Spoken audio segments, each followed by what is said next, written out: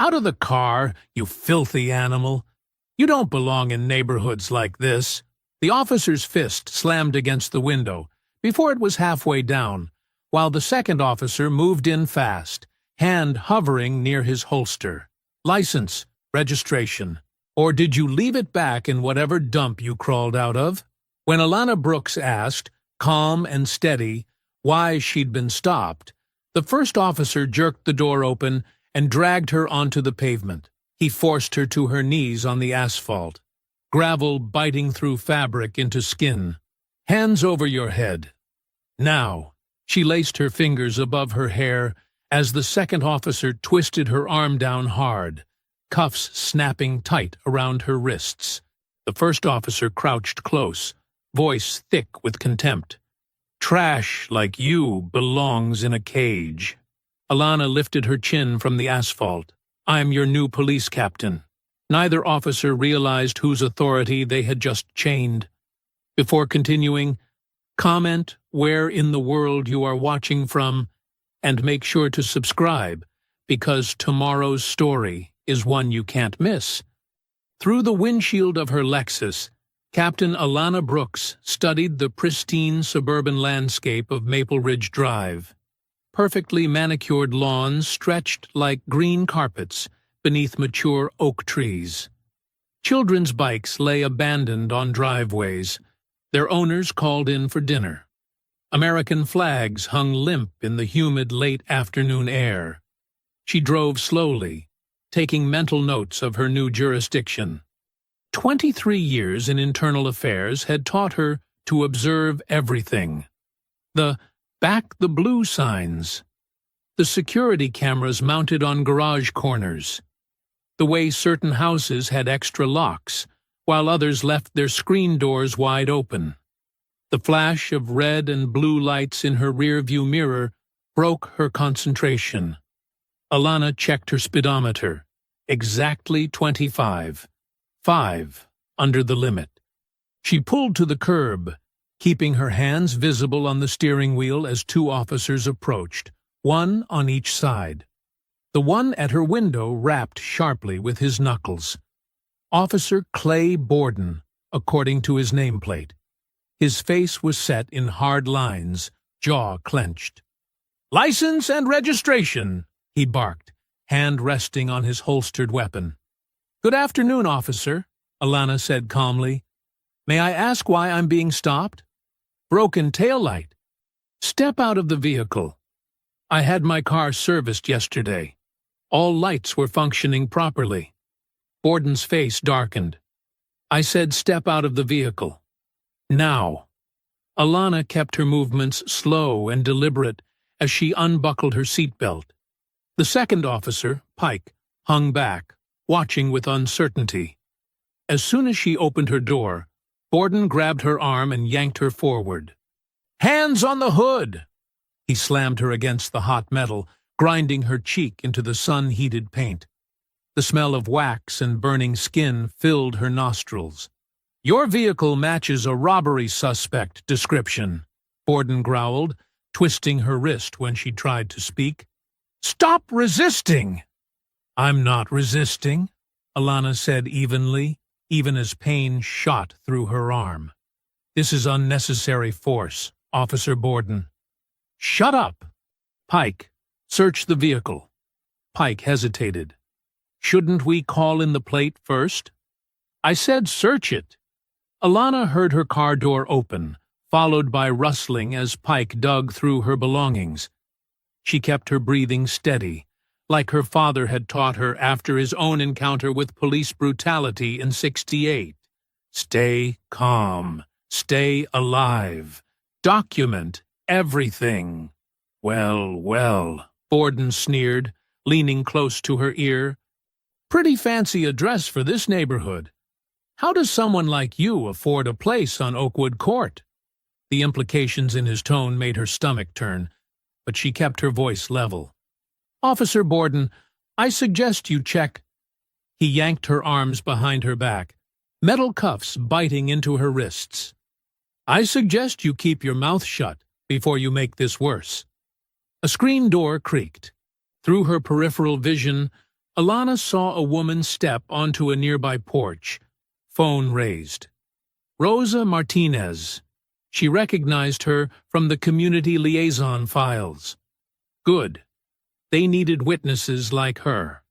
The cuffs tightened until Alana's fingers began to tingle. She could feel her pulse throbbing in her numbing hands. "I'm your new police captain," she said clearly, loud enough for Rosa's phone to pick up. Borden's laugh was ugly. "Right. And I'm the Tooth Fairy." He keyed his radio. "Dispatch. This is Unit 47. Run a check on—" He paused, realizing he hadn't taken her ID. "What's your name, smartmouth?" "Captain Alana Brooks. Badge number 8249. Recently transferred from Internal Affairs Division to assume command of the Maple Ridge Police Department." The radio crackled. Time stretched like taffy as they waited for dispatch to respond. Borden's grip on her arm tightened painfully. Static broke the silence. "Unit 47, be advised. Captain Alana Brooks is confirmed as new MRPD commanding officer. Effective today at 0800 hours. The pressure on Alana's arms vanished as Borden took a quick step back. She turned slowly to face him, hands still cuffed behind her. His face had gone pale, eyes fixed on the restraints he'd just applied to his new commanding officer. Rosa Martinez's phone kept recording, capturing every second of the heavy silence that followed. Pike stood frozen by the passenger door, Alana's purse still in his hands. Papers from her briefcase littered the passenger seat where he'd dumped them during his search. The late afternoon sun cast long shadows across the perfect suburban lawn. A sprinkler ticked rhythmically nearby. Somewhere down the street, a child called out to their mother. Alana could feel the handcuffs digging into her wrists, could see the growing realization in Borden's eyes as he processed exactly what he'd done and who he'd done it to. She said nothing, letting the moment stretch, letting him squirm under the weight of his actions.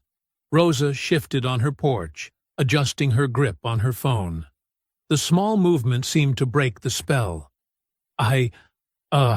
Borden stammered, reaching for his keys with trembling fingers.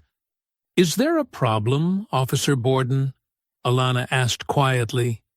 His face flushed red as he fumbled with the cuffs. "No, ma'am. Captain, I apologize for the misunderstanding." "A misunderstanding," she repeated, keeping her voice neutral as he finally managed to unlock the restraints.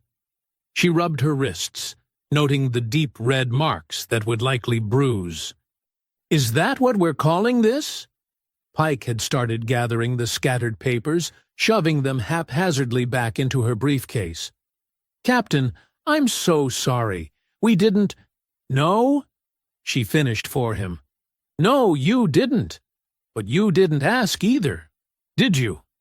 Officer Borden's face had lost its aggressive mask, replaced by a sickly pallor as he stared at his boots.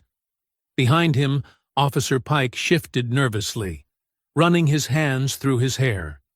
"We're dead," Pike whispered, his voice barely audible over the idle of their patrol car's engine.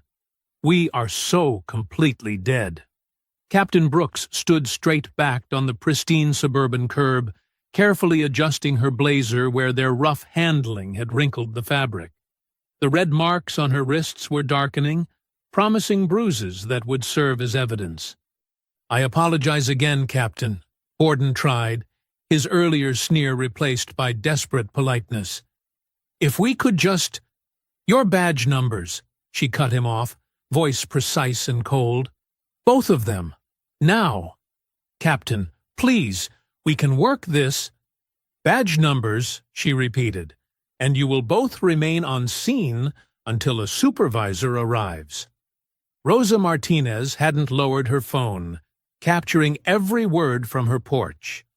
Other neighbors had emerged now, drawn by the commotion. Phones appeared in windows. Curtains twitched. A black SUV with department markings rolled to a stop behind the patrol car. Lieutenant Wade Harlow stepped out, his silver hair catching the late afternoon sun. His smile was practiced, professional, the kind perfected through years of press conferences and community meetings. "Captain Brooks," he called out, striding forward with his hand extended. "What an unfortunate way to start your first day. I can't apologize enough for this miscommunication." Alana noted how he immediately framed it. Miscommunication, not misconduct. Simple confusion, not abuse of power. Her father's voice echoed in her memory. "Watch how fast they try to minimize it, baby girl." "Lieutenant Harlow," she acknowledged, leaving his hand hanging. "I'm initiating a formal internal review of this incident." His smile flickered for just a moment before recovering. "Surely we can handle this internally, Captain. A simple misunderstanding shouldn't start your tenure with unnecessary paperwork." "Unnecessary?" She raised an eyebrow. "Your officers conducted an illegal search, used excessive force, and applied restraints without cause or proper procedure. Which part of that seems unnecessary to document?" More cars were stopping now, drivers slowing to watch the scene unfold. Rosa had been joined by other neighbors on her porch, a small crowd of witnesses with recording phones. "Perhaps we should discuss this at the station," Harlow suggested, his voice dropping lower. "Away from all this. Attention." "No, Lieutenant. This started in public. It stays in public." Alana turned to Borden and Pike. "Officers, I expect detailed reports on my desk by end of shift. Lieutenant Harlow can explain the internal review process to you." She walked to her Lexus, noting the scratches on the hood where they'd slammed her down. The inside was a mess, contents of her purse scattered, briefcase emptied onto the seats. "Captain," Harlow called after her, "the mayor will want to discuss this. Perhaps we could all meet tomorrow morning?" "I'm sure he will," she replied, starting her engine. "But right now, I need to document these injuries and file my own report. I suggest you do the same." As she pulled away, she caught Borden's reflection in her mirror. He was leaning close to Harlow, muttering something with a dark look. She didn't need to read lips to recognize the sentiment. "They never lasted long here, that's what he'd be saying. They'd made sure of it." Her phone started buzzing before she'd gone 3 blocks. Local news stations first, then the mayor's office. She let them go to voicemail, focusing on navigating the quiet suburban streets that would soon be her battlefield. Social media moved faster than official channels. By the time she reached her rental townhouse, the first clips were already circulating in neighborhood Facebook groups. Rosa's video was the clearest, starting from the moment Borden slammed her against the car, capturing every second of the power dynamic shifting as her identity was revealed. Alana sat at her kitchen counter, watching the view count climb. Her wrists throbbed where the cuffs had been too tight, but she didn't ice them yet. Better to let the bruises develop fully for documentation. Her phone lit up again. Mayor Thomas Avery's number. This time, she answered. "Captain Brooks," he began, his politician's voice carefully modulated. "I want to express my deepest—" "Save it, Mr. Mayor. I'm initiating a formal review." "Alana, may I call you Alana? I understand you're upset, but perhaps we should consider the department's reputation. A little restraint might—" "Restraint was what I showed during the incident, sir. Now I'm showing accountability. There's a difference. The union will fight this," he warned. "It could get messy. It's already messy. Check your social feeds." She heard him sigh, imagined him pinching the bridge of his nose like politicians did when their careful plans started unraveling. "Just sleep on it, please. We can discuss options in the morning." Alana ended the call and turned back to her laptop. The view count on Rosa's video had passed 200,000. Comments poured in, some supportive, others defensive of the officers, all of them angry. The familiar battle lines were being drawn. Her phone buzzed with a text from an unknown number. A screenshot of Lieutenant Harlow checking his watch, accompanied by 3 question marks. She deleted it without responding. They'd try to rattle her, test her resolve, see if she'd back down like others before her. But she wasn't like the others. She'd spent 23 years in internal affairs, learning their playbook. She knew how the old guard operated, how they closed ranks and buried complaints. They thought they were dealing with just another reformer they could wait out or wear down. They were wrong. The morning sun painted long shadows across the station's lobby as Captain Alana Brooks pushed through the glass doors, her polished captain's bars catching the light. Every head turned. 3 officers near the coffee machine froze mid-conversation. A clerk's fingers stopped typing mid-word. The sudden silence felt thick enough to cut. She moved with measured steps across the tile floor, boots clicking steadily. Her pressed uniform and ramrod-straight posture projected authority, while the barely visible bruises on her wrists told another story. Officer Borden slouched against the dispatch desk, straightened abruptly, and found somewhere else to be. "Good morning," she said to no one in particular, her voice carrying in the quiet. No one answered. Outside in the Civic Plaza, city workers had arranged neat rows of folding chairs facing a small podium. American flags fluttered in the breeze, carefully positioned for optimal photo opportunities. Camera crews from local stations were already setting up their equipment, adjusting light reflectors against the morning glare. Mayor Avery stood with a small group of city council members, all wearing carefully neutral expressions. Lieutenant Harlow approached him, speaking in low tones while gesturing toward the podium.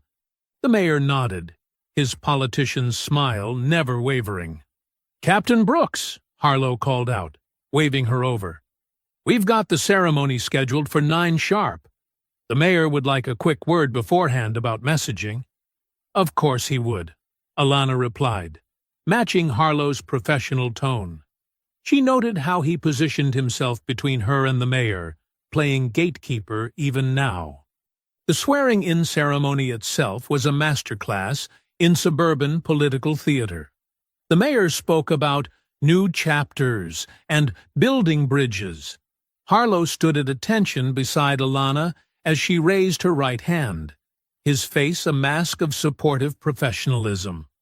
The small crowd offered polite applause that died too quickly. Camera shutters clicked rapidly, capturing the moment for evening news segments.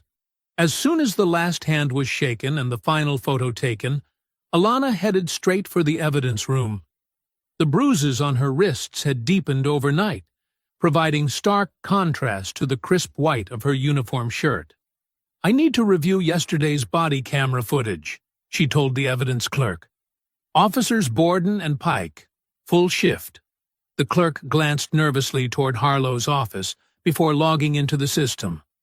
"Yes, ma'am. There might be some technical issues from yesterday." Alana settled into the review station, noting how the clerk hurried away.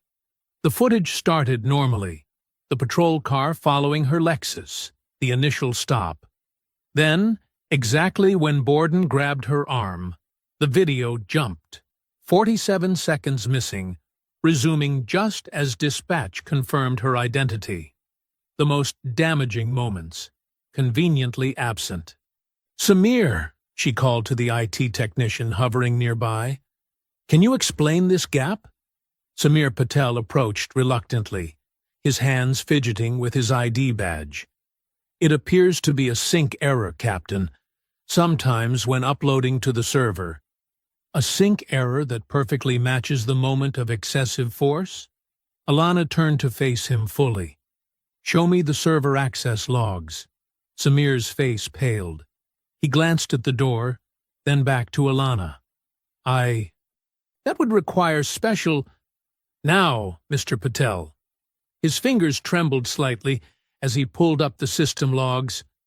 There was an access at 3:12 a.m. using lieutenant-level credentials. The file was modified. Lieutenant-level credentials, Alana repeated softly. Like Lieutenant Harlow's clearance tier? Samir swallowed hard and nodded, unable to meet her eyes. Through the evidence room window, she could see Earl Griggs, the Union president, holding court in the parking lot. A group of officers clustered around him, faces serious as he spoke. Even through the glass, his gestures made his message clear. Us versus them. Insiders versus outsiders. Several officers nodded along as he pointed toward the station. Alana walked to her office, boots echoing in the now empty hallway. She sat at her desk and began typing, her fingers moving with precise purpose. Minutes later, she stood and walked to the briefing room where afternoon shift change was gathering. The room fell silent as she entered. She moved to the front, placing a stack of papers on the podium. Effective immediately, she announced, her voice firm and clear. I am initiating a complete department-wide audit of all body camera footage, evidence handling procedures, and associated documentation from the past 12 months. She held up the papers. This is a formal preservation order. All footage, logs, and records are to be maintained without alteration. Any violation will result in immediate suspension and possible criminal charges. The silence grew heavier. In the back row, Harlow's face remained carefully blank, while Griggs's reddened with barely contained anger. Questions? She asked the room. No one spoke. She returned to her office, closing the door behind her. A manila envelope sat centered on her desk that hadn't been there before. No markings, no return address. She opened it carefully, sliding out a single black and white photograph. The image showed a young black man on his knees, arms raised as police batons descended. Birmingham, 1968. Her father. Blood ran down his face as he stared directly into the camera, eyes defiant. Scrawled across the bottom in red ink. Some things never change. Alana studied the photo, her expression unchanging. She could feel eyes watching through the office windows, waiting for a reaction, waiting to see if she'd flinch, if she'd back down like others before her. She placed the photo face up on her desk, positioned so anyone entering would see it clearly. Then she turned back to her computer and continued typing the audit orders, her keystrokes steady and determined. The midday sun beat down on the station's parking lot as protesters lined the suburban sidewalk. Their signs looked suspiciously new, the ink still glossy. Support our police. Brooks breaks trust, and outsiders go home.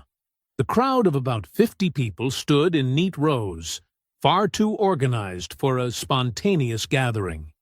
Lieutenant Harlow adjusted his tie before stepping toward the hastily assembled press podium. News vans had materialized within minutes of the first protesters arriving, their satellite dishes reaching into the cloudless sky.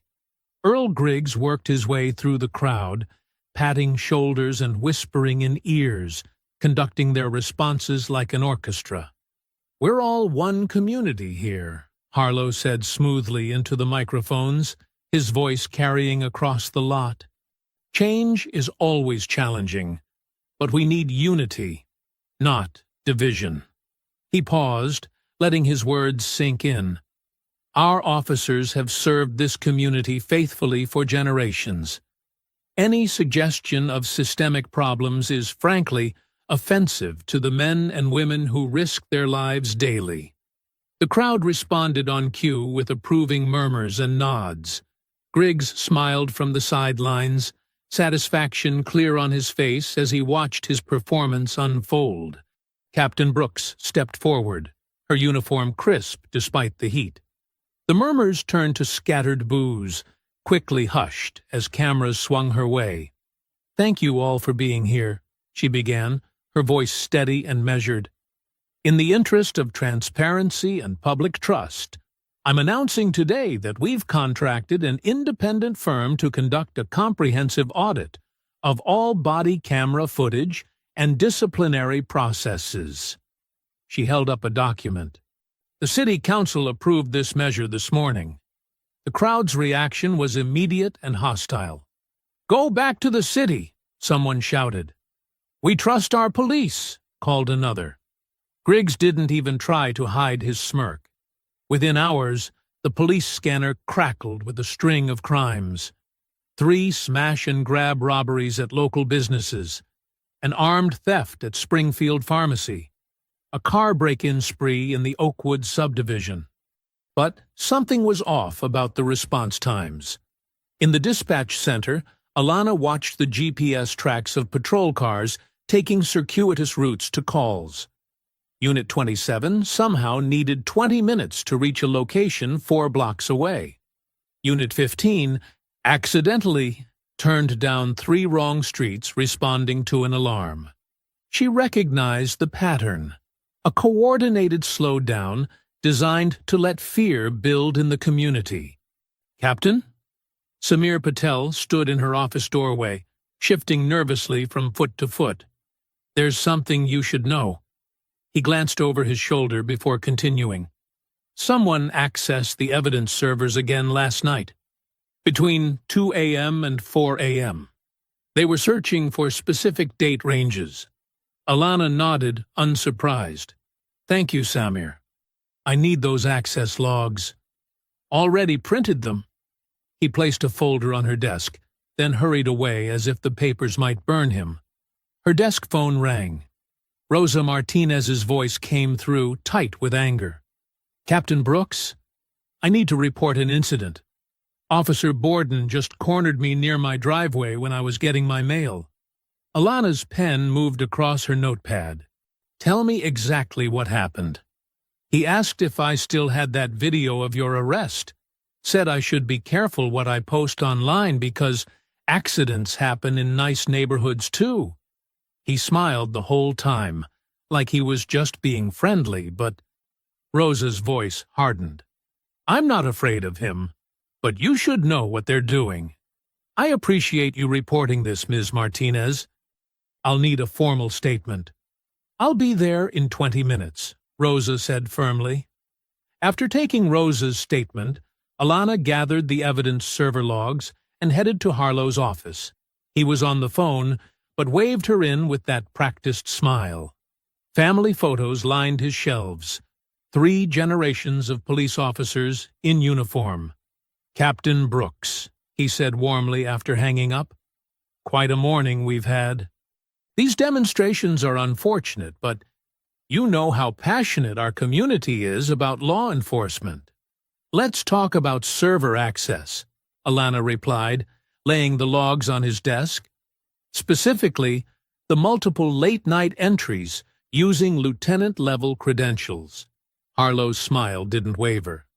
"Technical maintenance happens at night to minimize system disruption. Standard procedure.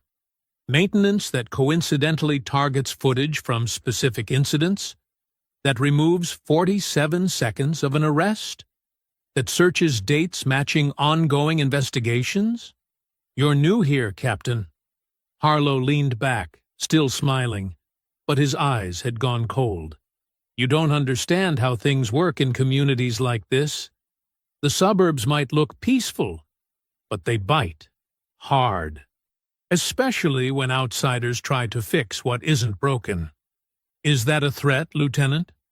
"Just friendly advice from someone who knows the territory." He stood, straightening his already straight tie. "Now, if you'll excuse me, I need to review these crime reports.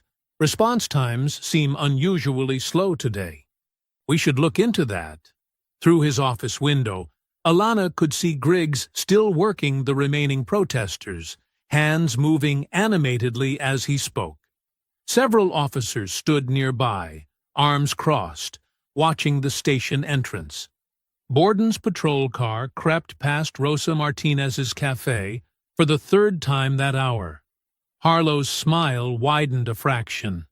"Careful, Captain. Suburbs like this bite." The dispatch radio crackled to life in Alana's cruiser. "Unit responding. We have a traffic stop escalating at Pine and Sycamore, 2 blocks from Jefferson Middle School. Multiple witnesses on scene." Alana's stomach tightened. She turned her wheel sharply, tires gripping the smooth suburban asphalt. The late afternoon sun cast long shadows across manicured lawns as parents picked up their children from after-school activities. She heard the commotion before she saw it. Cars idled in a messy queue, horns honking sporadically. Parents stood frozen on sidewalks, many with phones raised. Some covered their children's eyes. The scene came into focus as she pulled up. A teenage boy lay motionless on the concrete, blood seeping from near his ear into the expansion joints of the sidewalk. Clay Borden towered over the boy, chest heaving, knuckles white around his baton. His face was flushed, eyes fever-bright with adrenaline. Another officer stood back, looking uncertain. He resisted, Borden barked as Alana approached. Refused to show ID, then tried to run. The boy couldn't have been more than 16. His backpack had spilled open, textbooks and notebooks scattered across the grass. A Jefferson Middle School lanyard lay twisted nearby. "Get medical here now," Alana ordered dispatch, her voice sharp. "And I want every body camera preserved. Immediately." A woman's scream cut through the murmuring crowd. "Malik! Oh, God! Malik!" Denise Turner burst through the yellow tape, her nurse's scrub still on from her shift. She dropped to her knees beside her son, hands hovering over him, afraid to touch. "Ma'am, you need to step back," Borden started, reaching for her shoulder. "Don't you touch me." Denise's voice cracked like a whip. "Don't you dare touch me after what you did to my boy." Rosa Martinez stood at the curb, her phone steady as she filmed, though her hands trembled. Other parents had formed a loose circle, their own phones raised like silent witnesses. "He was walking home from tutoring," Denise said, tears streaming down her face. "He walks this way every Tuesday. Every Tuesday." Alana knelt beside her. "Ms. Turner, medical is on the way. Try not to move him." She turned to Borden. "Officer Borden, step back and secure your weapon." "Captain, the subject demonstrated aggressive." "That's an order, Officer Borden. Surrender your weapon to Officer Reynolds and consider yourself suspended pending review." The words rang out clearly across the intersection. Parents whispered. Several officers shifted uncomfortably. "You can't do that," Borden sputtered, face reddening further. "You need—" "I can and I am. Your badge and gun. Now." A siren wailed in the distance as Lieutenant Harlow's SUV screeched around the corner. He was out before it fully stopped, adjusting his tie with practiced smoothness. "Let's all stay calm," he announced to the crowd. "This appears to be an unfortunate misunderstanding." "Misunderstanding?" Denise's laugh was bitter. "My son is bleeding on the sidewalk." The ambulance arrived, paramedics rushing forward with their gear. As they worked, Harlow tried to guide the narrative. Our officer was responding to reports of suspicious activity. The suspicious activity of a black honor student walking home? Rosa called out from behind her phone. "I have the whole thing on video, from the moment that officer pulled up and grabbed him." More voices joined in. A teacher stepped forward. "Malik Turner is in my AP history class. He tutors younger students every Tuesday. He helps my daughter with math, another parent added. He's a good kid. Earl Griggs appeared, his bulk pushing through the crowd. He wore a suit despite the heat, Union President pin gleaming on his lapel. "This is exactly what we feared," he announced loudly. "This captain's hostile attitude toward our officers has created an environment of uncertainty. They're second-guessing their training, worried about being labeled racist for doing their jobs." He turned to the gathering of uniformed officers. "The Union hereby announces it has no confidence in Captain Brooks's leadership." Several officers nodded. Others looked away, uncomfortable. "No confidence?" Rosa's voice cut through the murmurs. "You're defending this? Look at that boy!" Parents began booing. Officers glared. The paramedics lifted Malik onto a stretcher, careful of his neck. Denise held his hand until they reached the ambulance. "Ms. Turner," Alana said quietly, "I'll have an officer drive you to the hospital." "No," Denise said sharply. "No more officers near my son." "Then let me drive you myself." They followed the ambulance to County General, lights flashing through the perfectly spaced trees of the suburban streets. In the antiseptic hallway outside the trauma room, Denise suddenly grabbed Alana's sleeve. Her fingers twisted the starched uniform fabric. "They said you were different," she said, her voice raw. "They said you were going to clean things up. If that's true, if you're really different, prove it." The fluorescent lights hummed in the hospital waiting room as afternoon sun sliced through dusty blinds. Denise Turner's fingers remained twisted in Alana's sleeve, her grip conveying both desperation and determination. The antiseptic smell hung thick in the air, mingling with coffee from a nearby nurse's station. "I promise you," Alana said quietly, meeting Denise's eyes, "there will be a full investigation. No buried reports, no missing footage, everything transparent." Denise's laugh was hollow. "You know how many promises we've heard before?" A doctor in light blue scrubs approached, clipboard in hand. Both women straightened. "Ms. Turner?" The doctor's face was carefully neutral. "Your son is stable. The CT scan shows a hairline skull fracture and some concerning swelling. We'll need to monitor him closely for the next 48 hours. Denise's shoulders sagged with relief, though tension still lined her face. "Can I see him?" "They're settling him in ICU now. I'll have a nurse come get you shortly." The doctor paused. "The police will need a statement. They're not questioning him until he's recovered and has legal representation," Alana cut in firmly. "That's not a request." After ensuring Denise could reach her, Alana drove back to the station, her mind racing. The setting sun painted the suburban streets in deep orange, each perfect lawn and trimmed hedge a mockery of the violence they'd witnessed. The station hummed with unusual activity for early evening. Officers clustered in small groups, conversations dying as she passed. She caught fragments. "Making us look bad," and "can't do our jobs anymore." In her office, she pulled up the digital request form for Malik's arrest footage. Required fields filled, submit button pressed. The system churned for several seconds before displaying error, file unavailable. She called Samir's extension. He arrived quickly, looking nervous. "The footage should be there," he said, fingers tapping rapidly on his tablet. "Unless—" He glanced at the door, lowered his voice.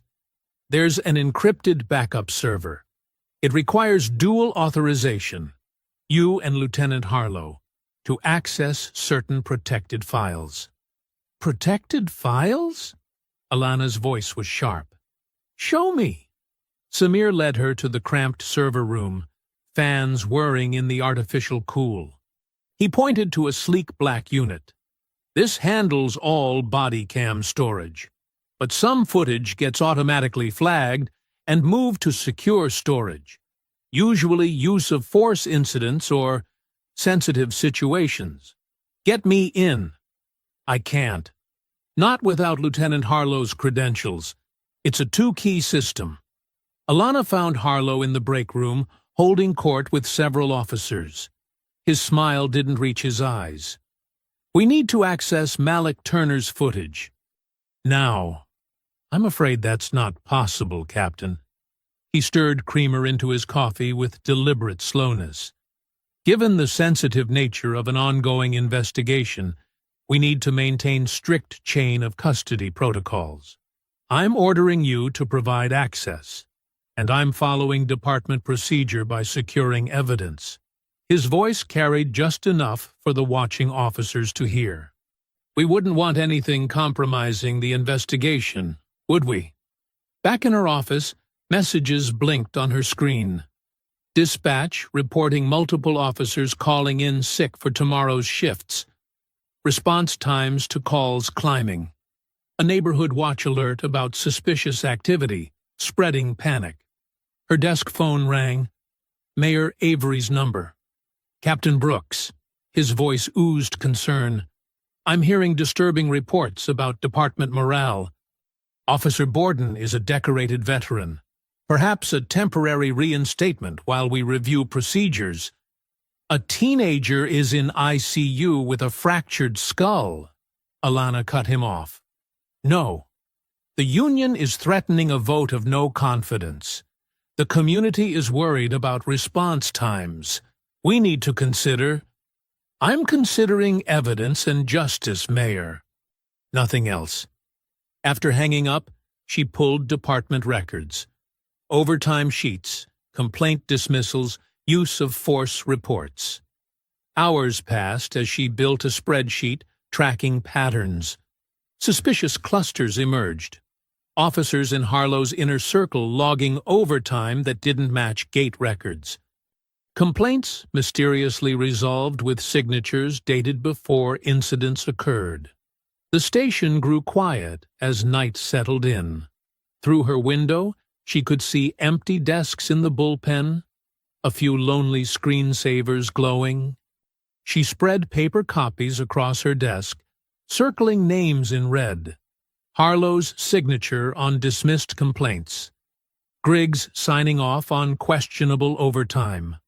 Borden's repeated involvement in use-of-force incidents that never reached her predecessor's desk. The names formed a triangle of connection, each supporting the others, protecting their positions. She drew lines between them, studying the pattern in the harsh office light. The web of protection was clear, but proving it would require evidence they'd worked hard to bury. Her cell phone buzzed. A text from Denise Turner with a photo of Malik in the ICU bed, tubes and monitors surrounding him. No words needed. The image said everything about why this mattered. Alana uncapped her pen again, connecting more dots on the overtime sheets. Harlow to Griggs to Borden. A triangle of power that had controlled this department for far too long. She circled each name again, pressing hard enough that the ink bled through the paper. Coffee steam curled through fluorescent light in the briefing room as officers filed in for morning roll call. The usual chatter and laughter were absent, replaced by stiff postures and averted gazes. Alana stood at the podium, watching badges gleam dully in the institutional lighting. "Good morning," she said, her voice clear and firm. No one responded. 40 pairs of eyes looked through her or at the walls. She picked up a stack of printed orders, the paper crisp under her fingers. First item, Officer Clay Borden and Officer Ethan Pike are under formal disciplinary review, effective immediately. The investigation concerns excessive force used during the arrest of Malik Turner yesterday afternoon. She paused, scanning faces. Both officers are on paid administrative leave pending completion of the review. A muscle twitched in Officer Morgan's jaw. Sergeant Kelly's pen scratched too loudly against paper. In the back corner, Earl Griggs leaned against the wall, arms crossed, a slight smile playing at his lips. Second item. Alana held up the printed orders. Effective immediately. All body camera footage is under preservation hold. No deletions, no edits, no alterations of any kind without my direct written authorization. This applies retroactively to footage from the past 30 days. Chairs creaked as officers shifted uncomfortably. Someone coughed. Violation of this order will result in immediate suspension and possible criminal charges for evidence tampering. She met several gazes directly. Questions? Earl Griggs pushed off the wall, union grievance form already in hand. Just filing this morning's paperwork, Captain. He emphasized her title with mock respect. The union has concerns about targeted harassment of officers and violation of established procedures. He turned to face the room, arms spread like a preacher at his pulpit. Brothers and sisters, remember, the union stands with you. We won't let outside agendas compromise officer safety or due process. Several officers nodded. Others murmured agreement. Griggs smiled broadly, dropping the grievance form on the podium with theatrical precision. "Dismissed," Alana said sharply. As chairs scraped and officers filed out, Deputy Chief Ronald Vickers touched her elbow. "A word?" His voice was low, concerned. They stepped into the hallway, away from lingering ears. "Captain, I understand your commitment to procedure." Vickers glanced nervously toward the briefing room. "But perhaps we could find some middle ground? Officer Borden has a clean record." "A clean record because complaints were buried," Alana cut in. "I'm following policy, Deputy Chief. Nothing more, nothing less." Vickers ran a hand through his thinning hair. "Policy isn't everything. Sometimes flexibility is what got us here." She turned away, ending the conversation. The morning crawled by in tense silence. Officers walked wide circles around her office. Dispatch calls crackled with subtle hostility. Around noon, a soft knock interrupted her review of server logs. Officer Daniel Cho stood in her doorway, younger than most on the force, his posture military straight. "Captain, may I speak with you privately?" She gestured to the chair across her desk. Cho closed the door carefully before sitting, his movements controlled but his face pale. "What I'm about to tell you," he swallowed hard. "I should have come forward immediately. Take your time, Officer Cho. After Malik Turner's arrest, I was in the server room running reports. Lieutenant Harlow came in with Officer Borden." Cho's hands gripped his knees. "Harlow ordered a deletion, said it was routine cleanup, but—" He pulled out his phone, hands trembling slightly. "I took screenshots of the terminal timestamps. I knew it wasn't right." Alana accepted the phone, studying the images. Access times, user IDs, file operations, all documented with precise detail. Then in the locker room, Borden was bragging. Cho's voice tightened. "Said the Turner kid had it coming, and laughed about putting the new captain in her place during your arrest. Others laughed too." She handed back the phone. "Thank you, Officer Cho. I know this wasn't easy. They'll know it was me." "No, they won't." She met his worried gaze. "I protect my sources." After Cho left, Alana dove into the server logs, cross-referencing his timestamps. Her internal affairs training kicked in, following digital breadcrumbs, matching access patterns, building an airtight chain of evidence. By mid-afternoon, she had it. Clear proof of Harlow accessing and altering footage during specific time windows. The city council chamber was nearly empty when she arrived for the closed session. Heavy wooden panels absorbed the late afternoon light filtering through tall windows. Council members shuffled papers, looking uncomfortable as she connected her laptop to the presentation screen. "The evidence is unambiguous," she began, clicking through timestamp matches and access logs. "Lieutenant Harlow deliberately accessed and altered body camera footage following both my arrest and the Turner incident. This violates multiple department policies and state laws regarding evidence preservation." Councilwoman Martinez leaned forward. "These deletions can be proven?" "The server maintains hidden logs of all access attempts. Even deleted files leave traces." Alana advanced to the next slide. "I've highlighted the relevant timestamps and user credentials." Council President Wilson removed his glasses, rubbing his eyes. "This is concerning. Very concerning. We'll need to schedule an emergency session for a removal vote." "Tomorrow evening," Councilman Peters added. "This can't wait." Alana gathered her materials as the council members whispered among themselves. Through the chamber windows, she could see the station across the street, its windows reflecting the setting sun like flames. Golden afternoon light spilled across the courthouse steps as Alana pushed through the heavy oak doors. Her heels clicked against worn marble, echoing in the quiet air. At the bottom of the steps, two familiar figures waited: Denise Turner and Rosa Martinez, their faces tight with anticipation. "How did it go?" Denise asked, stepping forward. Her nurse's scrubs were wrinkled from a long shift, dark circles under her eyes betraying sleepless nights by Malik's bed. "The council's voting tomorrow evening on Harlow's removal." Alana kept her voice low, mindful of passing city workers. "The evidence is solid." Rosa glanced over her shoulder at a group of officers gathering near the police station across the street. Word's already spreading. "My customers were talking about it all afternoon." "How's Malik?" Alana asked Denise. Relief softened Denise's features. "He woke up an hour ago. That's actually why I'm here."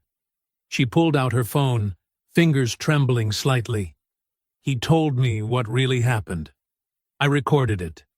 They moved to a concrete bench away from foot traffic. Rosa kept watch while Denise pressed play. Malik's voice was weak but clear. "I had my hands up the whole time. Officer Borden yanked me out by my collar. I didn't fight back. I know better. He slammed me down. My head." The recording paused as Malik caught his breath. "I heard him laugh when I hit the ground." Alana's jaw tightened. "We'll need a formal statement when he's stronger." "The doctors say maybe tomorrow." Denise tucked the phone away. "The swelling's going down faster than expected." A young patrol officer hurried past, phone pressed to his ear. Minutes later, more officers emerged from the station, clustering in small groups, gesturing animatedly. The news was spreading. "It's starting," Rosa observed. She pulled up her neighborhood messaging app. "Look, people are already organizing. They're planning to pack tomorrow's council meeting." Comments scrolled past. "Time for change." "Stand with Captain Brooks." "Justice for Malik." Alana's phone buzzed. A message from Daniel Cho. "Formal statement submitted. Union rep tried to talk me out of it. Standing firm." "Your young officer came through," Denise said, reading over Alana's shoulder. "He's risking everything," Alana replied. They all know it was him who provided the timestamps. The sun dipped lower, casting long shadows across the courthouse lawn. Denise headed back to the hospital. Rosa returned to her cafe. Alana drove to the station, nodding to the desk sergeant as she made her way to her office. For hours, she assembled evidence methodically. Server logs printed and annotated. Overtime records showing suspicious patterns. Harlow's inner circle claiming impossible hours. Complaint files with missing statements. Convenient witness recantations. She built timelines, cross-referenced dates, documented every procedural violation. Around 10, she drafted a preservation request to the State Police Oversight Board. Pursuant to Statute 7.142, I am formally requesting immediate preservation of all department records, including but not limited to personnel files, disciplinary records, body camera footage, overtime documentation.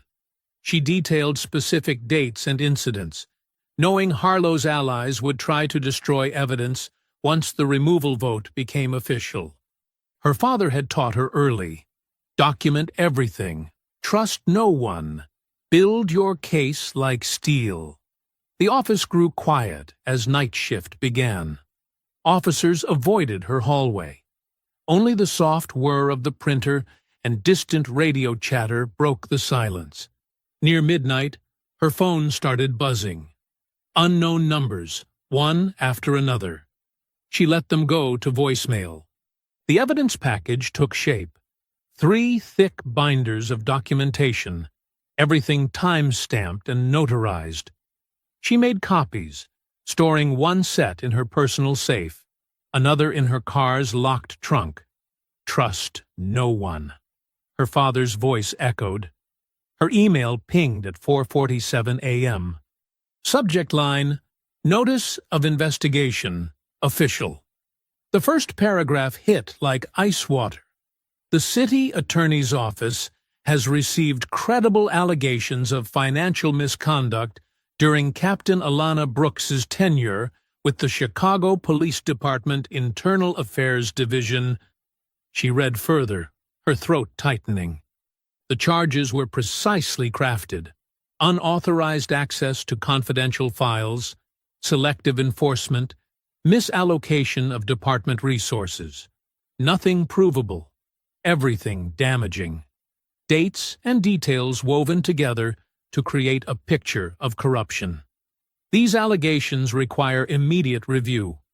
Pending investigation, all disciplinary actions and policy changes initiated by Captain Brooks are suspended. Dawn crept through her office blinds as she read the notice a third time. The timing was surgical. Hours before the removal vote. Any defense would take weeks to assemble. They'd structured it perfectly to create doubt, to make the council hesitate. Her phone buzzed again. Mayor Avery. Emergency meeting. 7 a.m. My office. Alana set the phone down, watching sunrise paint golden stripes across her evidence binders. All those hours of careful documentation, witness statements, server logs, now tangled in a web of manufactured doubt. The station began stirring to life outside her office. Coffee brewing, radios crackling, shift change approaching. She heard Harlow's voice in the hallway, followed by muffled laughter. Her eyes fell on the framed photo on her desk. Her father in his Sunday best at that 1968 protest, moments before the batons fell. He'd taught her another lesson, too. They fight hardest when you're closest to the truth. The morning sun climbed higher, warming her face through the blinds. She reached for her phone to call Denise. The council needed to hear Malik's statement before the vote. Truth still mattered, even when they tried to bury it in lies. Morning sun glinted off the polished stone of City Hall as reporters gathered in the plaza. Their cameras formed a wall of lenses, all focused on the podium where Mayor Thomas Avery adjusted his tie. Behind him, a row of department heads stood like sentries. Deputy Chief Vickers prominent among them, his face a mask of practiced concern. The plaza buzzed with suburban commuters slowing their morning rush. Phones raised to capture whatever was about to unfold. Lieutenant Harlow lingered at the edge of the crowd, arms crossed, expression neutral. Earl Griggs worked his way through the gathered officers, whispering and nodding. Mayor Avery cleared his throat, tapping the microphone.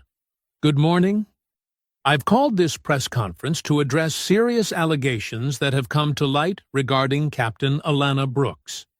Cameras clicked rapidly as he lifted a thick manila envelope. My office received detailed documentation of misconduct during Captain Brooks's tenure in Chicago.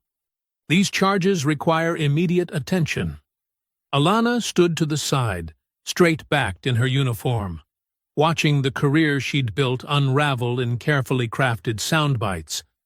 The dossier appeared as if by magic. Someone had done their homework, constructed the perfect weapon. The allegations include unauthorized access to confidential files, Avery continued, selective enforcement of regulations, and misallocation of department resources. While Captain Brooks has the right to defend herself, the severity of these charges requires immediate action. Deputy Chief Vickers stepped forward, his voice heavy with rehearsed regret. As second in command, I'm deeply concerned by these revelations. The integrity of our department must be beyond question. Alana caught Daniel Cho's eye in the crowd. The young officer looked away quickly, shoulders tense. A senior sergeant was already moving to stand beside him. A warning. "Effective immediately," Avery announced. "Captain Brooks is placed on administrative leave pending a full investigation. Deputy Chief Vickers will assume temporary command." Earl Griggs smiled from his position near the front, a small satisfied curl of his lips as he watched Alana's authority stripped away. Around him, officers nodded and murmured approval. "Additionally," Vickers added, "the council vote regarding Lieutenant Harlow has been postponed until these matters are resolved. We cannot proceed with such serious questions hanging over the department." Alana felt her badge grow heavy against her chest. She'd known this was coming from the moment she saw that early morning email, but the reality still stung. 20 years of service, countless corrupted officers exposed and convicted, all dismissed with a few well-placed lies. As the press conference dispersed, Alana watched Daniel Cho receive his new assignment, traffic duty at the furthest intersection from the station.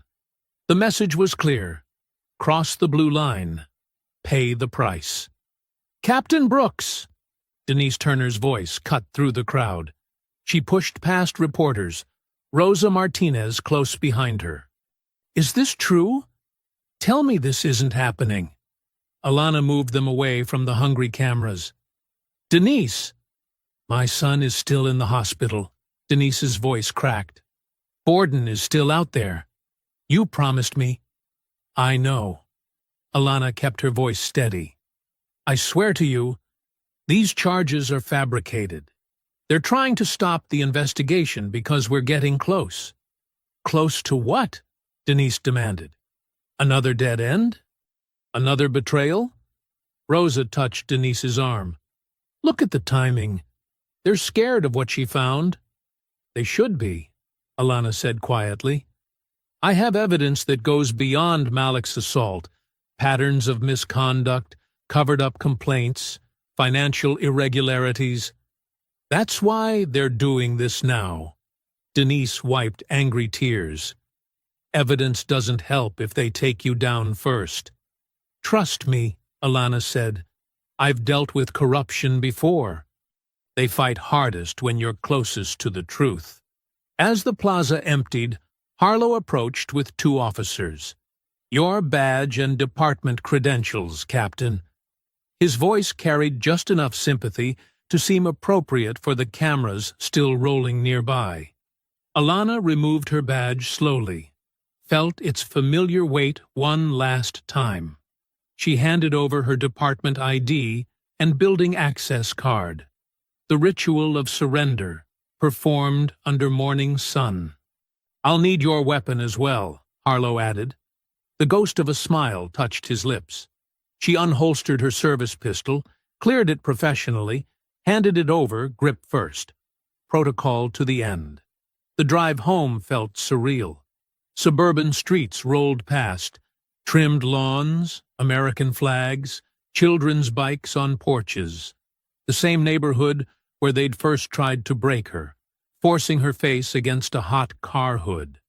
Now they had a new weapon: bureaucracy, paperwork, careful character assassination. Her townhouse looked unchanged, but something was wrong. The mailbox hung slightly askew, its lock scratched and forced. They weren't even trying to be subtle anymore. Inside, she documented everything. Photographed the mailbox damage, noted times and details, the same meticulous attention to evidence that had made her feared in internal affairs. They thought administrative leave would silence her. They didn't know her at all. Night fell slowly, streetlights clicking on one by one. Alana sat in her darkened living room, reviewing her options. The evidence was solid, but she needed access to department servers to prove the timeline. Without her badge, she was locked out. A soft knock interrupted her thoughts. She approached cautiously, checked through the peephole. Samir Patel stood on her porch, shoulders hunched, eyes darting nervously.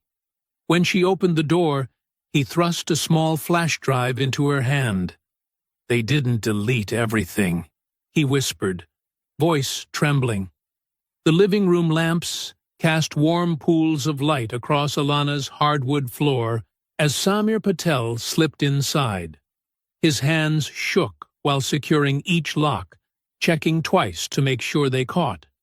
The curtains were already drawn tight against the night, but he still glanced nervously at the windows. "I should have come forward sooner," Samir said, pulling the flash drive from his pocket. "But after what happened to the last IT manager who reported irregularities—" He trailed off, adjusting his glasses. "What happened to them?" Alana asked, gesturing for him to sit. "Officially, early retirement. But I saw the threatening emails, the corrupted personnel files." Samir perched on the edge of her couch, spine rigid. "That's why I started the backups. Every Friday night, like clockwork. Full system mirror to an encrypted drive." Alana connected the drive to her laptop. "And you kept this off-site?" "Safety deposit box." Samir managed a weak smile. "I'm anxious, not stupid." Files populated the screen. Thousands of them. Server logs, deleted body cam footage, financial records, emails. Samir leaned forward, pointing to specific folders. "Here, look at these timestamps. Every deletion ties back to Harlow's credentials. And these payment records." He opened a spreadsheet. "Blue Shield Consulting. It's registered to Earl Griggs's brother, but they bill for officer training services that never happened." Alana's eyes narrowed as she scrolled through the numbers. $500,000 in the last year alone. How did this get past auditors? The invoices look legitimate, unless you cross-reference attendance records, which conveniently disappeared during a server upgrade last month. A soft tap at the back door made Samir jump.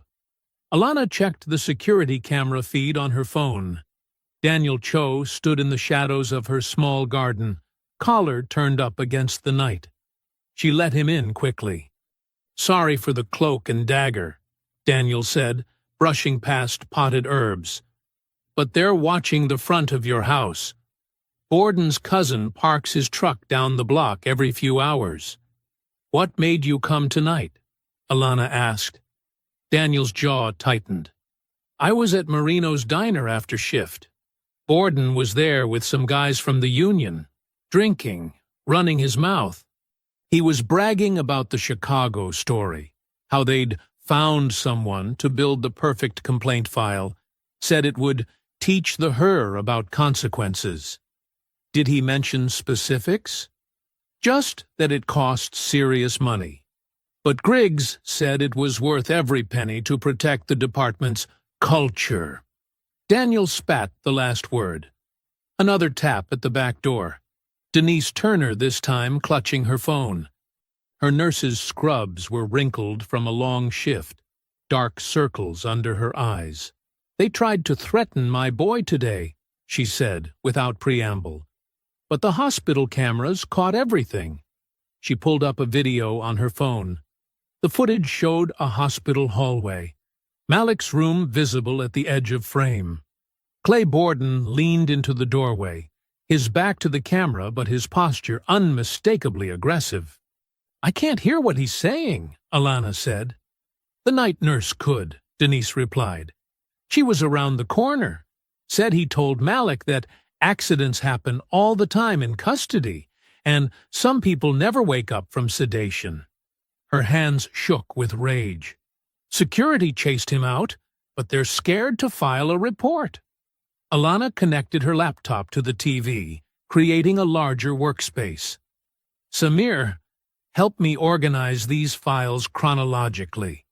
Daniel, I need you to write down everything you remember from the diner. Exact quotes if possible. Denise, can you get a statement from that nurse?" They worked through the night, piecing together a timeline. Deleted footage restored, financial trails uncovered, witness statements compiled. Alana drew on 2 decades of internal affairs experience, building the case layer by layer, backing up every claim with multiple sources. "The key is making it survive political pressure," she explained, adding another document to the evidence package. "They'll try to discredit individual pieces, so everything needs redundant verification.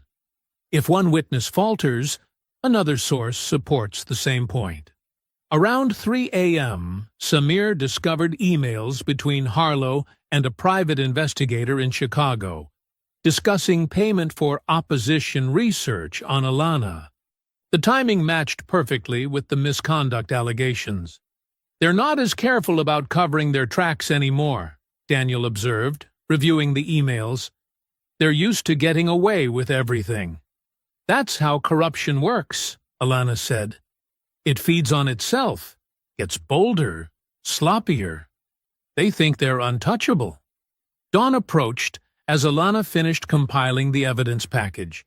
Her federal contact, Sarah from the Civil Rights Division, had texted back immediately. "Send everything. We've been building a broader case." Denise returned from her late-night hospital visit with the nurse's sworn statement.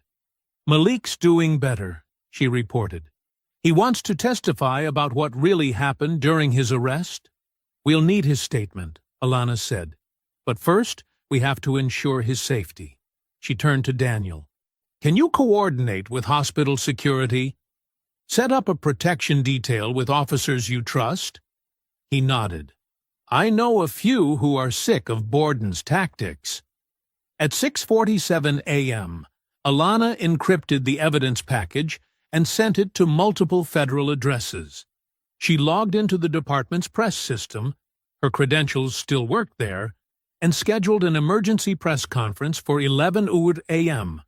Samir had fallen asleep on the couch, laptop still open beside him. Daniel paced by the windows, watching the street. Denise sat at the kitchen counter, scrolling through her phone's gallery of video clips. The sun rose over suburban rooftops, painting the sky in shades of purple and gold. Alana reviewed her notes one final time, preparing for the fight ahead. The City Hall press room buzzed with anticipation.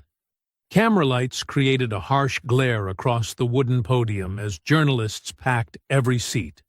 Network logos adorned microphones clustered at the front, their red recording lights blinking steadily.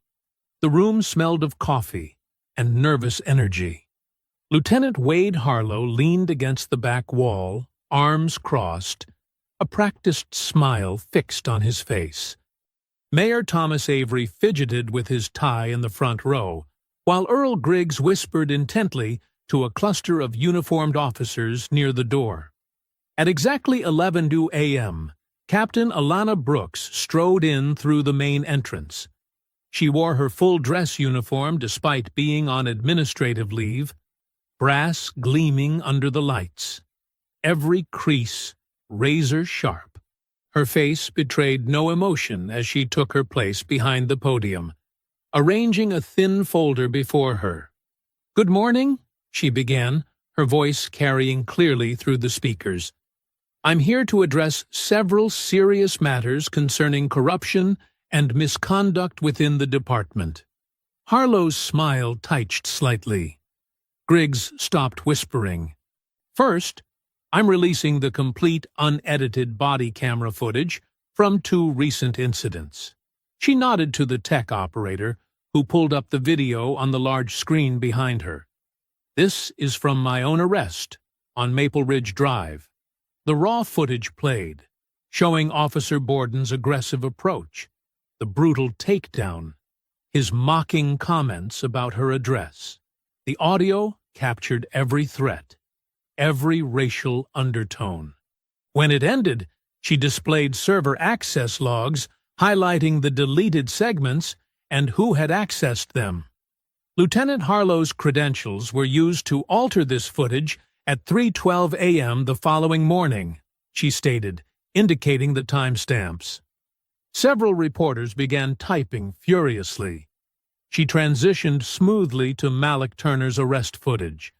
This video shows the unwarranted assault of a 16-year-old honor student. The horrifying images filled the screen. Malik's head hitting concrete, blood pooling beneath him, Borden standing over his unconscious form. Camera shutters clicked rapidly. A reporter in the front row looked pale. Again, server logs show targeted deletions using lieutenant-level access. She gestured to more technical data. Our IT specialist preserved these records despite attempts to erase them. Mayor Avery shifted uncomfortably in his seat as Alana moved to financial documents. Graphs and spreadsheets appeared on screen, showing suspicious overtime patterns and payment trails. Over $500,000 has been funneled through a shell company called Blue Shield Consulting, registered to Earl Griggs's brother, for training services that never occurred. She pointed to specific transactions. These signatures were forged to approve the payments. Griggs's face had turned an alarming shade of red. He started toward the podium but stopped when Alana held up a hand. "I have sworn statements from multiple officers," she continued, detailing how evidence was altered, complaints were buried, and witnesses were intimidated. Officer Daniel Cho's testimony specifically outlines Lieutenant Harlow's role in coordinating these cover-ups. Harlow's practiced smile vanished entirely. He glanced toward the side exit. "Additionally," Alana said, her voice growing stronger, "we've uncovered proof that the recent allegations against me were fabricated. Emails show Lieutenant Harlow hired a private investigator in Chicago to construct false misconduct claims, paid for with department funds." The double doors at the back of the room swung open. A team of federal agents in dark suits entered, spreading along the walls. Their leader, a tall woman with graying hair, stepped forward. "I'm Special Agent Martinez with the FBI Civil Rights Division," she announced. "We have active federal warrants for Lieutenant Wade Harlow, Officer Clay Borden, and Union President Earl Griggs on multiple counts of obstruction of justice, wire fraud, and civil rights violations." Chaos erupted in the press room. Reporters jumped to their feet, shouting questions. Cameras swiveled between Alana, the federal agents, and their targets. Mayor Avery sank lower in his chair, looking stricken. Harlow moved quickly toward the side door, trying to appear casual. His hand had just touched the handle when 2 agents stepped into his path, their badges gleaming. "Lieutenant Harlow," one said firmly, "stay where you are." In the hallway beyond the open door, Officer Borden appeared, his face contorting with recognition as he saw the agents. He spun on his heel and bolted toward the stairwell. The press room dissolved into complete bedlam. Reporters crowded forward, cameras flashing. Officers who had come to support Griggs now backed away, hands raised. Agent Martinez began reading rights as Harlow was cuffed, his practiced composure finally cracking. Through it all, Captain Alana Brooks stood calmly at the podium, watching justice unfold with quiet satisfaction. She had learned long ago that the most powerful weapon against corruption wasn't force. It was the truth, carefully gathered and strategically deployed. The polished floor of the City Hall corridor squeaked under Borden's frantic footsteps as he charged toward the emergency exit.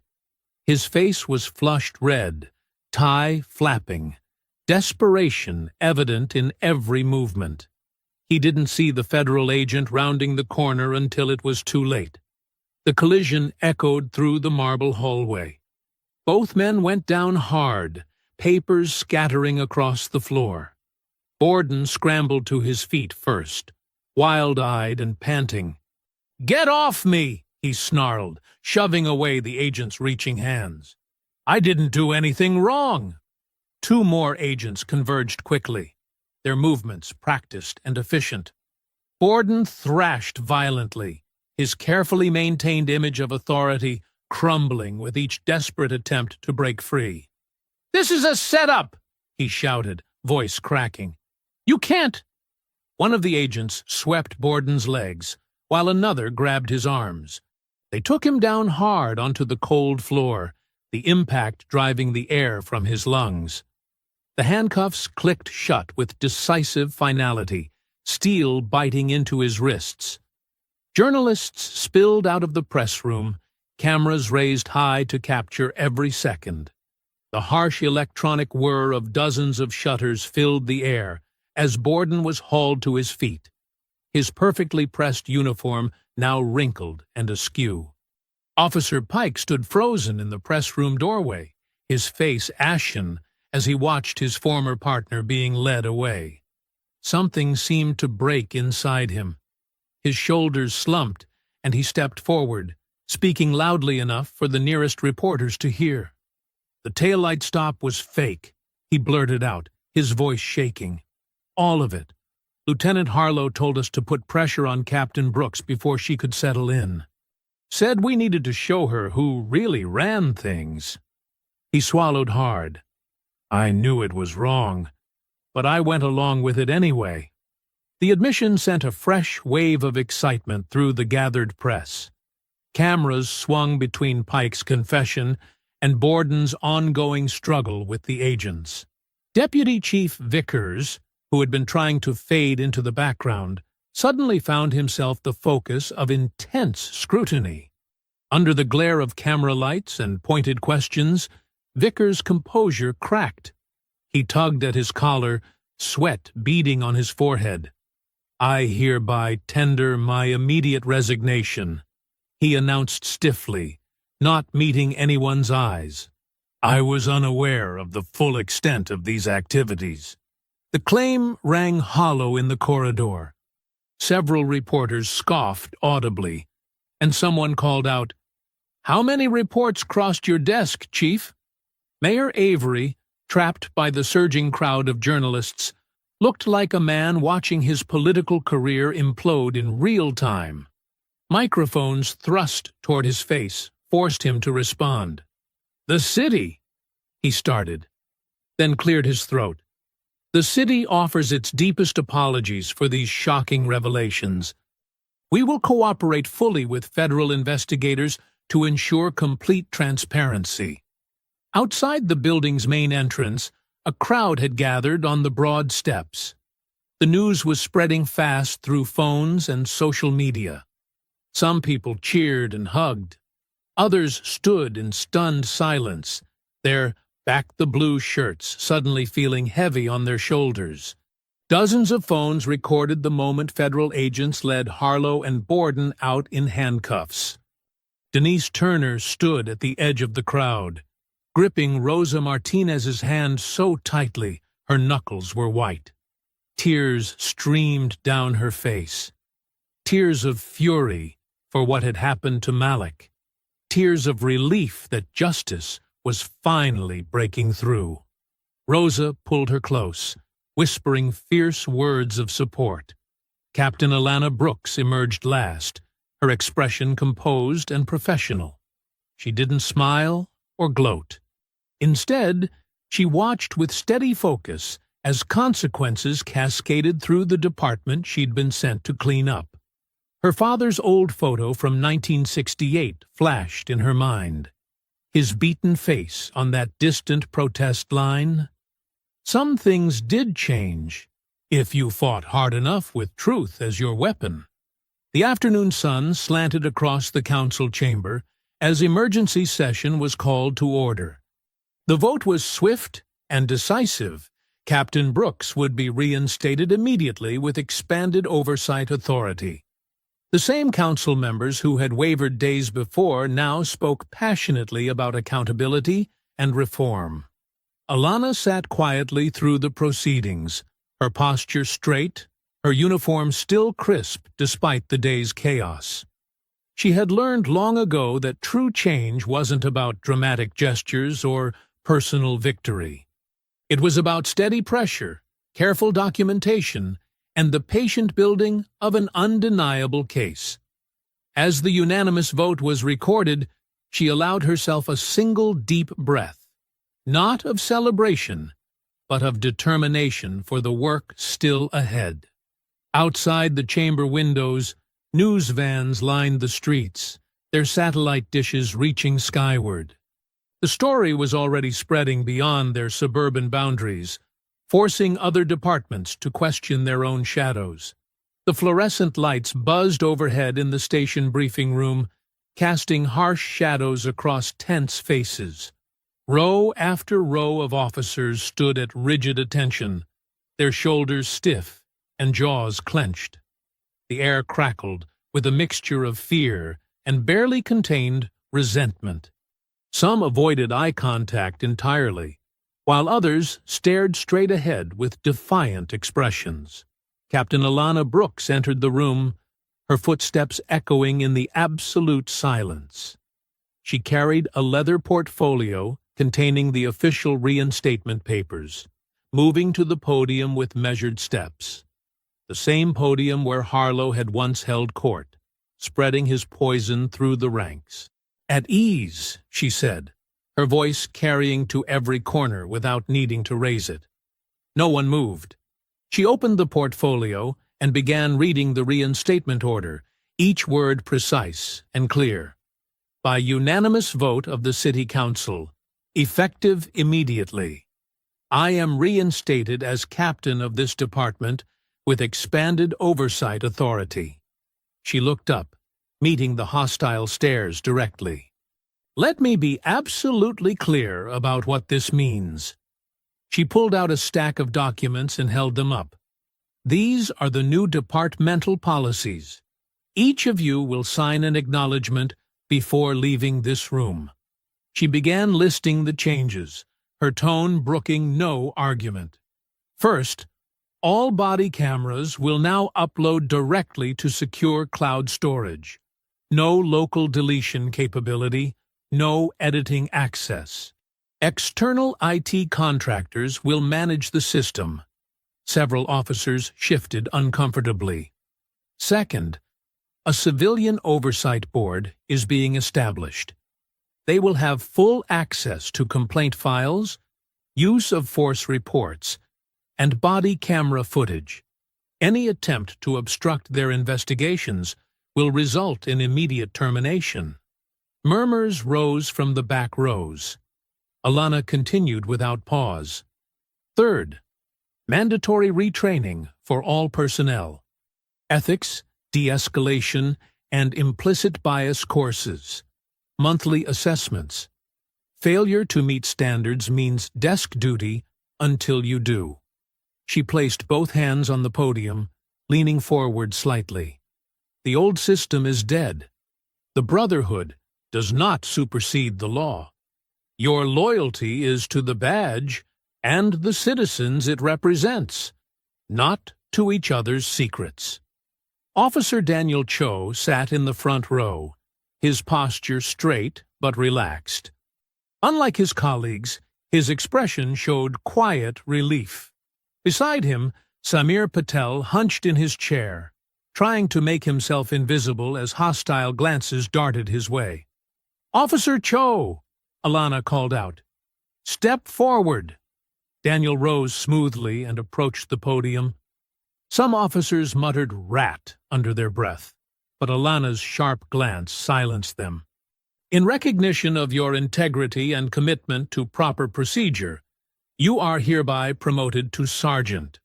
She pinned the new badges to his collar herself. "Your first assignment is implementing and monitoring the new body camera protocols." She turned back to the room.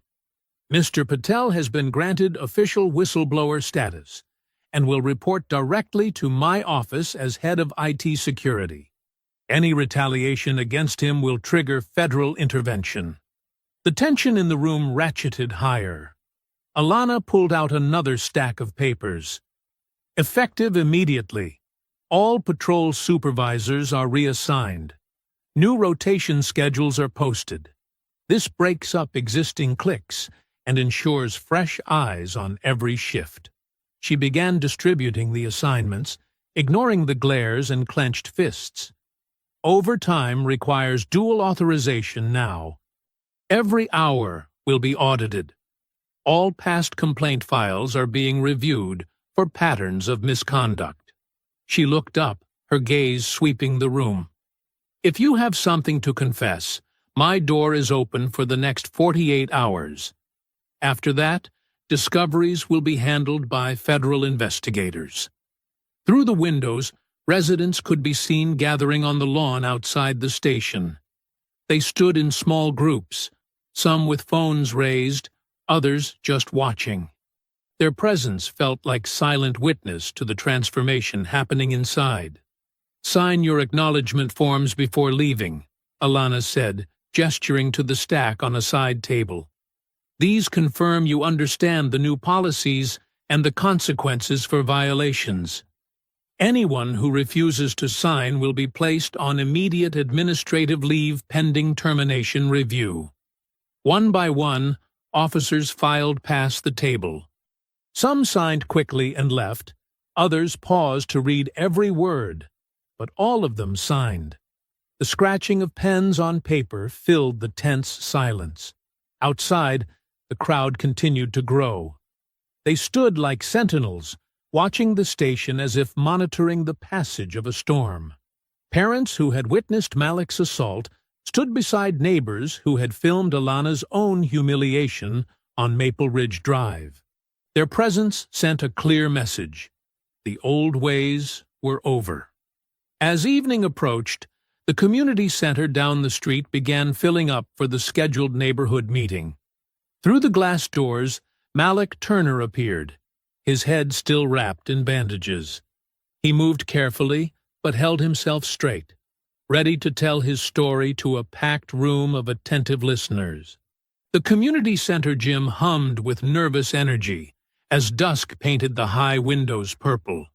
Fluorescent lights flickered overhead, casting harsh shadows across rows of metal folding chairs. Parents clutched papers and phones, while curious kids peered around door frames drawn by the unusual evening crowd. Denise Turner stood at the makeshift podium, her nurse's scrub still on from her shift. Her hands gripped the edges until her knuckles went white, but her voice carried clear and strong across the packed room. "My son was walking home from school," she began, each word deliberate. "He wasn't running. He wasn't fighting. He was just walking, like any other kid." Her voice cracked slightly. Then Officer Borden decided he looked suspicious. Malik rose slowly from his chair, his mother's gentle hand steadying his elbow. The white bandage around his head stood stark against his dark skin. The room fell silent as he faced the crowd. "He didn't ask for ID," Malik said, his voice soft but steady. "He just grabbed my arm and yanked me toward his car. When I tried to tell him I lived 2 blocks away, He said I was resisting. Malik's hand drifted to his bandaged head. Then he slammed me down. I heard something crack. He was laughing when I screamed. Murmurs of anger rippled through the crowd. Several parents pulled their children closer. Rosa Martinez stood next, her phone held up like evidence. I recorded everything from the moment Officer Borden approached Malik. I have the original timestamp and location data. She took a deep breath. The next day, Borden came to my cafe. He said people who film police tend to have accidents. He said my business might have health code violations if I didn't delete the video. Captain Alana Brooks sat quietly through each testimony, taking notes and nodding acknowledgement to each speaker. When Rosa finished, Alana stepped to the podium. "We've received updates from federal investigators," she announced, scanning the room. "Earl Griggs's personal and union accounts have been frozen pending forensic audit. The consulting firm run by his brother was raided this afternoon. Documents suggest a pattern of fraudulent billing dating back years." She held up a tablet displaying a spreadsheet. "The investigation is expanding to review all use-of-force incidents from the past 5 years. Cases previously marked cleared are being reopened." "We want names," someone called from the back. "Who else was involved?" "When will they face charges?" another voice demanded. Alana raised her hand for quiet. "I won't make vague promises. Here are the concrete steps. First, all body camera footage from active officers is being uploaded to secure federal servers for review. Second, we are establishing a civilian review board with real authority, not just advisory power. Third, we're implementing mandatory de-escalation training with quarterly assessments." She clicked through slides showing timelines and procedures. The new cloud storage system prevents local deletion or editing. Every view, download, or action is logged with user ID and timestamp. Multiple backups exist off-site. Questions flew from the crowd. What about past cover-ups? Will there be compensation? How do we know it won't happen again? Alana answered each directly, refusing to sugarcoat or deflect. She outlined specific policies, named oversight mechanisms, and provided clear channels for reporting violations. A representative from the Civic Progress Foundation approached the podium next. "In recognition of his courage in coming forward," she announced, "we're offering Malik Turner a full scholarship to any state university upon graduation." The crowd erupted in applause. Phones recorded as Malik stood again, tears streaming down his face, while his mother embraced him. Even the kids in the doorway cheered. Camera crews captured the moment. Not just the scholarship announcement, but the deeper significance. This wasn't celebration of a perfect solution. It was recognition that real consequences had finally landed, that truth had broken through the blue wall of silence.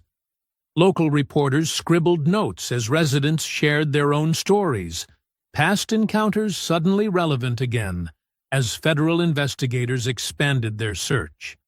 Parents described teaching their children to fear those meant to protect them.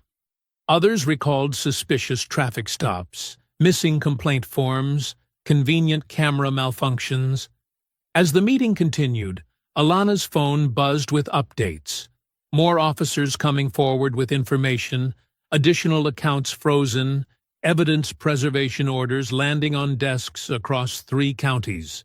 The sky outside deepened to rich orange, streaming through the high windows and painting everyone in warm light.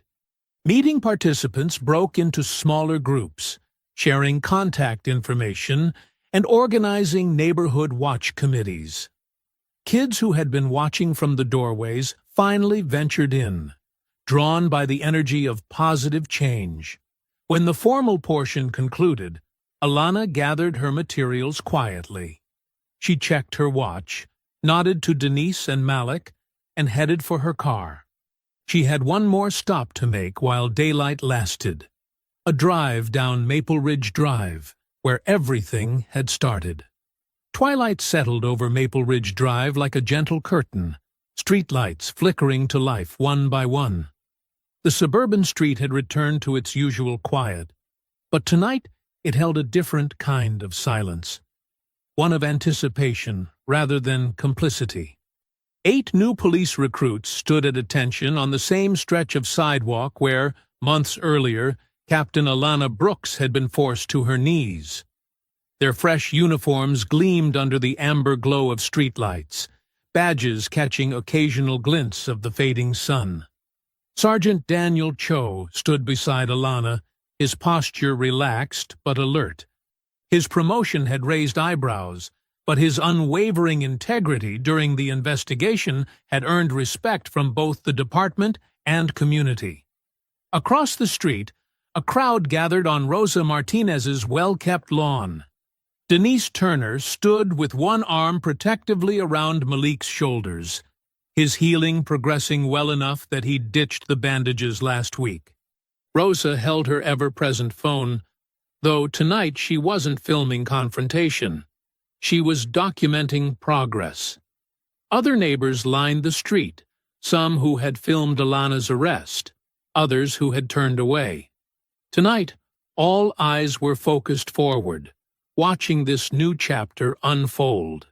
"This spot," Alana said, her voice carrying clearly in the evening air, "is where Officer Borden claimed my taillight was out." She took 3 measured steps forward. "This is where he forced me against my car." Another 2 steps. "And this exact spot is where I was handcuffed and threatened." The recruits shifted uncomfortably, but maintained their formation. "Officer Park," Alana called out to a young recruit. "State the policy for traffic stops." The recruit straightened. "Clearly announce the reason for the stop. Maintain professional tone and language. Record interaction on body cam from approach to conclusion.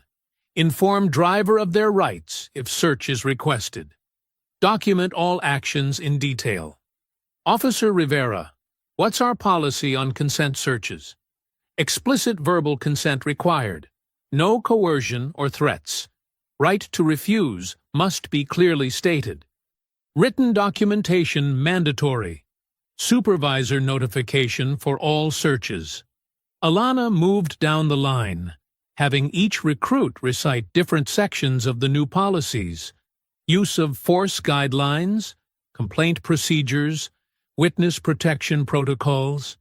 Their voices grew stronger with each response, the words becoming more than memorized text. A car turned onto Maple Ridge Drive, slowing as it passed. The driver, an elderly black woman, watched the scene with initial tension that melted into a small smile of recognition when she saw Alana. "These aren't just words on paper," Alana continued, pacing before the recruits. "These policies exist because real people were hurt. Real trust was broken. Real justice was denied." She gestured to the gathering across the street. "Those community members aren't here to judge you. They're here because they choose to believe change is possible." The streetlights cast long shadows now as dusk deepened. Behind the line of recruits, patrol cars sat idle, their new external cameras glinting. Each vehicle was equipped with updated technology: cloud-connected body cams, GPS tracking, automated activity logs that couldn't be altered locally. A young recruit near the end of the line raised her hand tentatively. "Captain Brooks?" Her voice wavered slightly. "What kind of department are we going to be?" The question hung in the air. Neighbors leaned forward slightly. Denise tightened her hold on Malik. Rosa lowered her phone. Alana let the silence stretch, let it fill with the weight of everything that had happened on this quiet suburban street. She thought of deleted footage and falsified reports, of Borden's sneer and Harlow's smooth lies. She thought of Malik's blood on concrete and Rosa's trembling hands as she filmed. She thought of her father's old photo and generations of silence.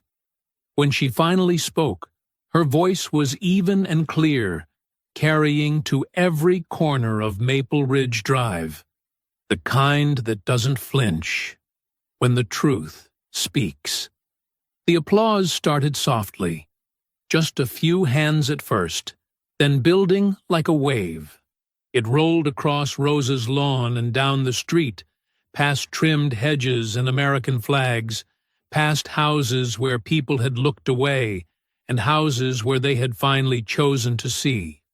The patrol cars hummed quietly behind them, their presence no longer a threat, but a promise of protection earned through accountability and truth. If you enjoyed the story, leave a like to support my channel, and subscribe so that you do not miss out on the next one. On the screen, I have picked 2 special stories just for you. Have a wonderful day.